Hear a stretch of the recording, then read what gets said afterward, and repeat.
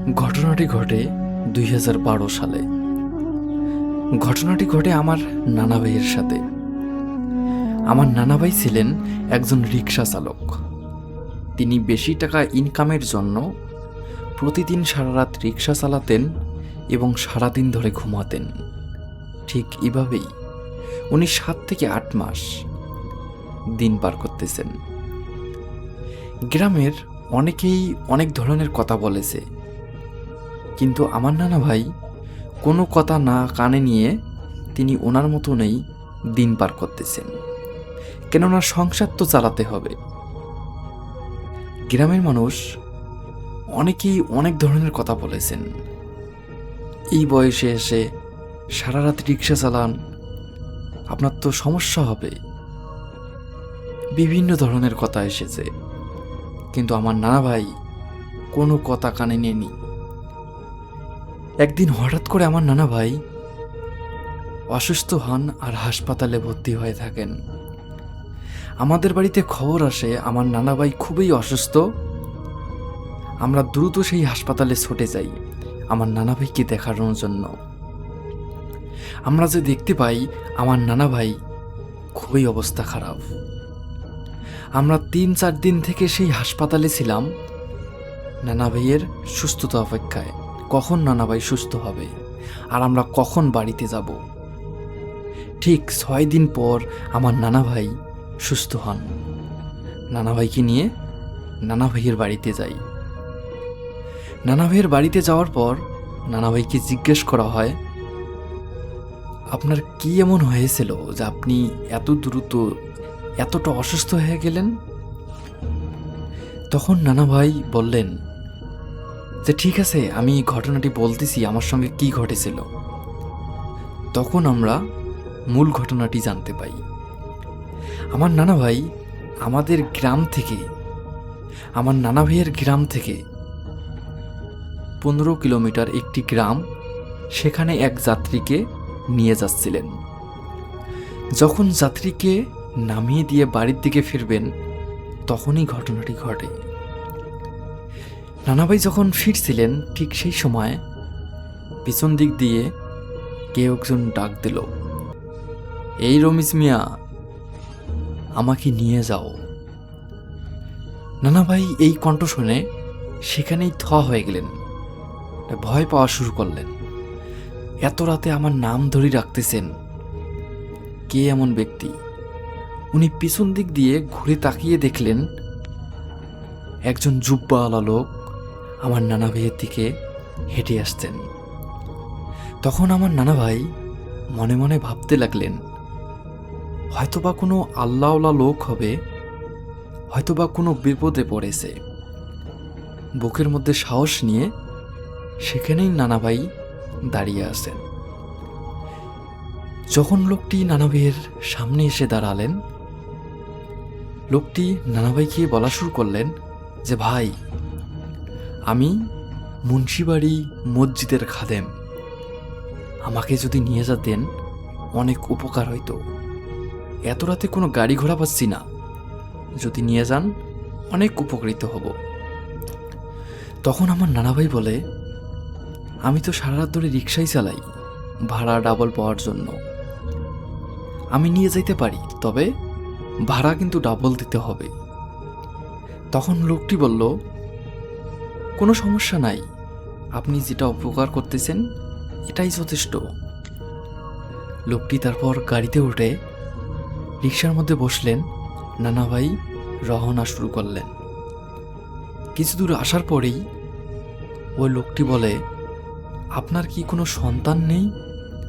আপনি এই বয়সে এত কষ্ট করে সারা রাত ধরে রিক্সা চালান, আর কেনই বা চালান? তখন আমার নানা ভাই বলে, দিনের মধ্যে অনেক গাড়ি ঘোড়া, যাত্রী কম, ভাড়া খুব কম পাওয়া যায়। যে টাকা পাওয়া যায় সে টাকা দিয়ে আমার সংসার চলে না। রাতের মধ্যে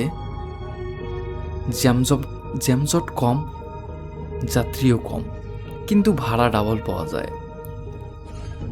যে টাকা আমি রোজগার করতে পারি এই টাকা দিয়ে আমার সংসার ভালোভাবেই চলে। তো লোকটি আর কোনো কথা বলল না, চুপ করে শুনল।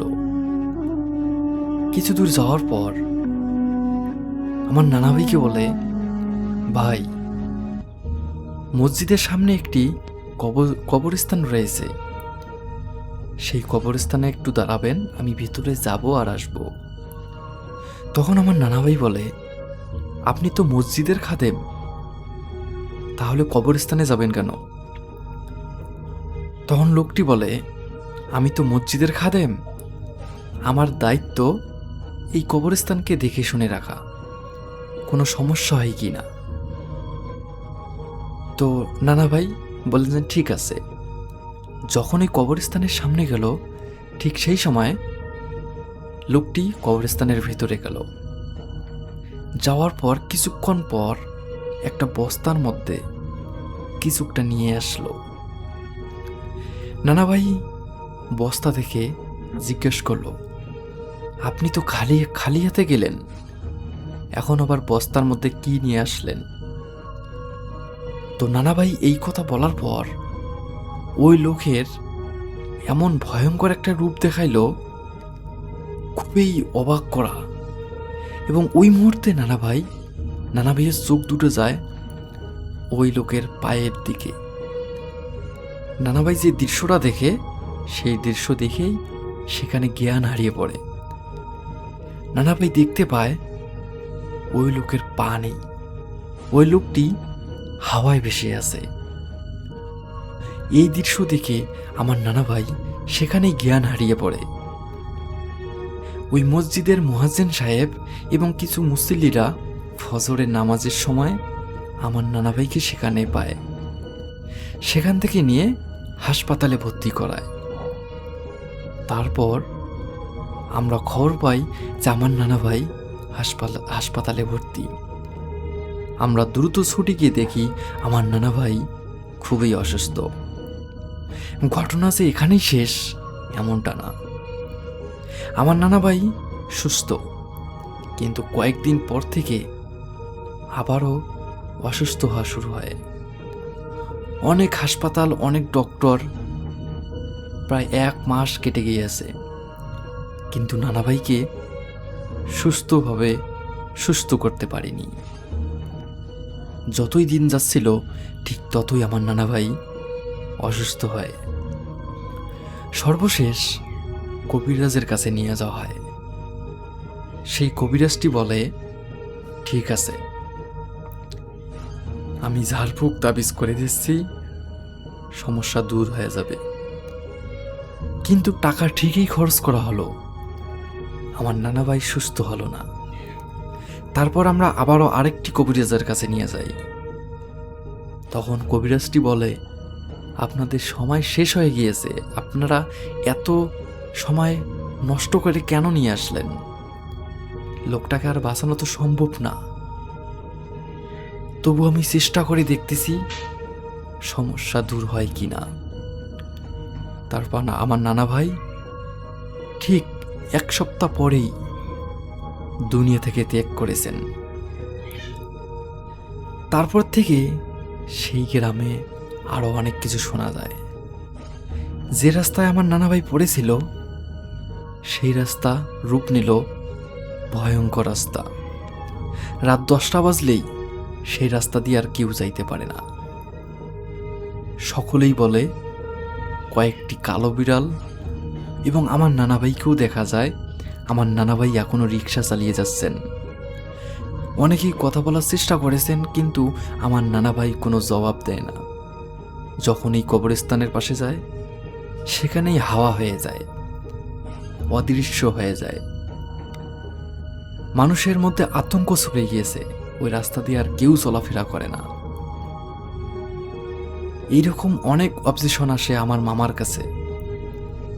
তারপর আমার মামা বড় বড় আলেমদের কাছে যায়। সেই কয়েকজন আলেমরা মিলে দোয়া দুরুদ পড়ে বিষয়টার সমস্যা দূর করে দিয়েছে। তখন থেকে সেই রাস্তায় আর কোনো সমস্যা হয়নি, আর কেউ আমার মামাকে অবজেকশনও জানায়নি। ঘটনাটি ছিল এটাই। আপনারা যদি আপনাদের সাথে ঘটে যাওয়া ঘটনাগুলো আমার সাথে শেয়ার করতে চান, তাহলে অবশ্যই আমার ডিসক্রিপশনে দেয়া আছে একটি মেল, অবশ্যই কমেন্ট বক্সে এবং এই মেইলে পাঠিয়ে দেবেন। আর আপনারা কে কোথায় থেকে এই ঘটনাটি শুনলেন, ঘটনাটি কেমন লাগলো কমেন্ট বক্সে জানিয়ে দেবেন। আপনারা সব থেকে বাছাই করা ঘটনাগুলো এই চ্যানেলের মধ্যে শুনতে পারবেন।